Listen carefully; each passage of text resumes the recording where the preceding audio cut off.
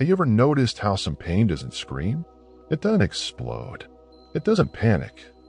It just sits there, a quiet weight in your chest, a constant tightness you can't fully name, a feeling that something is wrong, even when everything looks fine from the outside.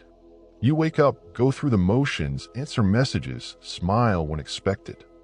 Yet beneath it all, there's this dull sense of misalignment, like you're living a life that technically works, but doesn't feel like it belongs to you. Maybe you've tried to fix it. Meditation, motivation videos, advice from friends. Maybe you told yourself to be grateful. Maybe you learned how to function with the pain instead of healing it. And still, it follows you, like a shadow you can't outrun. Here is the truth most people never hear, and almost no one wants to accept. Much of your suffering does not come from the world outside. It comes from what you've abandoned inside yourself. Carl Jung once said, "What you do not bring to consciousness returns as fate." And that single sentence explains more about your pain than years of distraction ever could. This video is not here to comfort you with surface-level positivity. It is here to gently, but honestly, bring you back to yourself.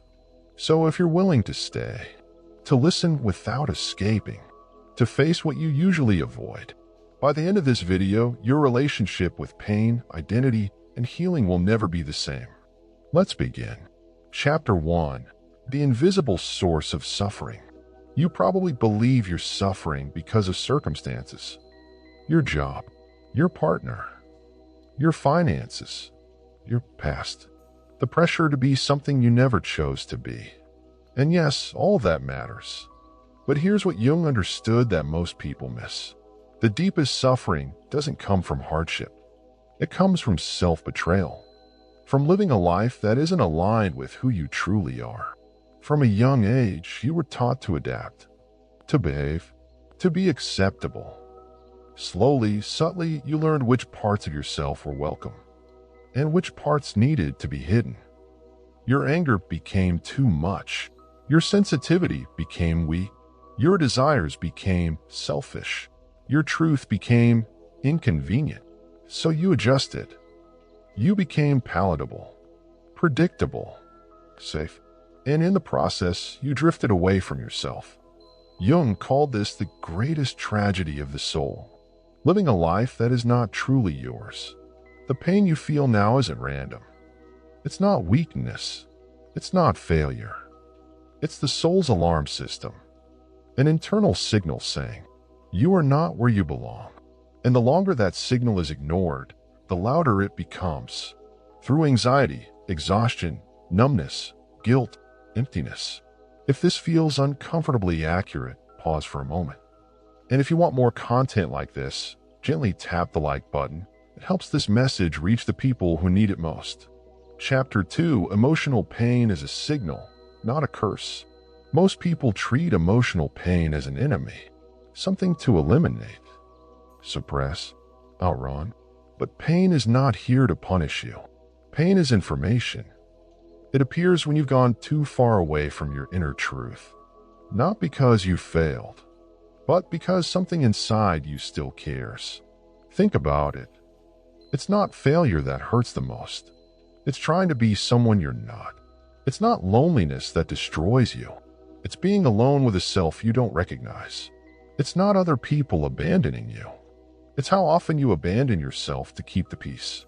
Pain is not proof that something is wrong with you. Pain is proof that something important has been ignored. And this is where Jung's work becomes essential. Because he didn't see pain as pathology. He saw it as the beginning of transformation.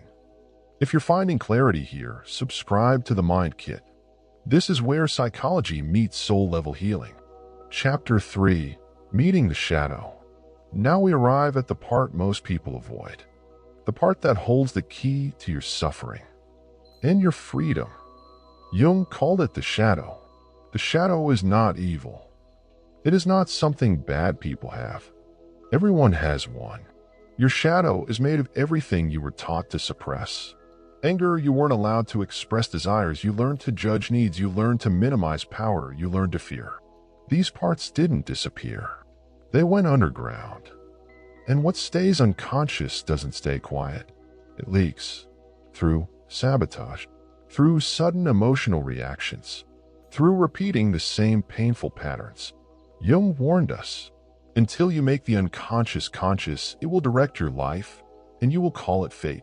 That relationship you keep repeating, that self-destructive habit, that moment where you ruin something good for no clear reason, that's the shadow asking to be seen, not punished, not erased, integrated. Because what you reject controls you, and what you accept transforms you. Chapter 4. Facing yourself without illusion. Facing the shadow is not comfortable. It requires brutal honesty. It means admitting you are not only the victim, you contribute to some of your pain, you learn patterns that now hurt you. This is not about blame. It's about responsibility. And responsibility is power. Practically, this begins with listening.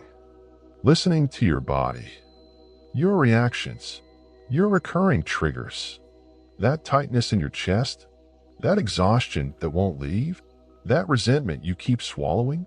Those are messages.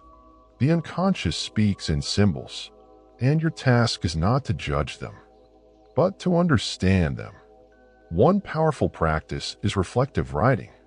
Write without censoring yourself. Write what feels embarrassing. Write what feels unacceptable. Because once a truth is named, it loses its grip. If this work resonates, tell us in the comments. Chapter 5. Why pain keeps returning. Here's a hard truth. Pain repeats until it is understood. Not eliminated. Not avoided. Understood. We repeat patterns because they point to unresolved wounds. The emotionally unavailable partner. The constant self-sacrifice. The need for approval. These aren't accidents.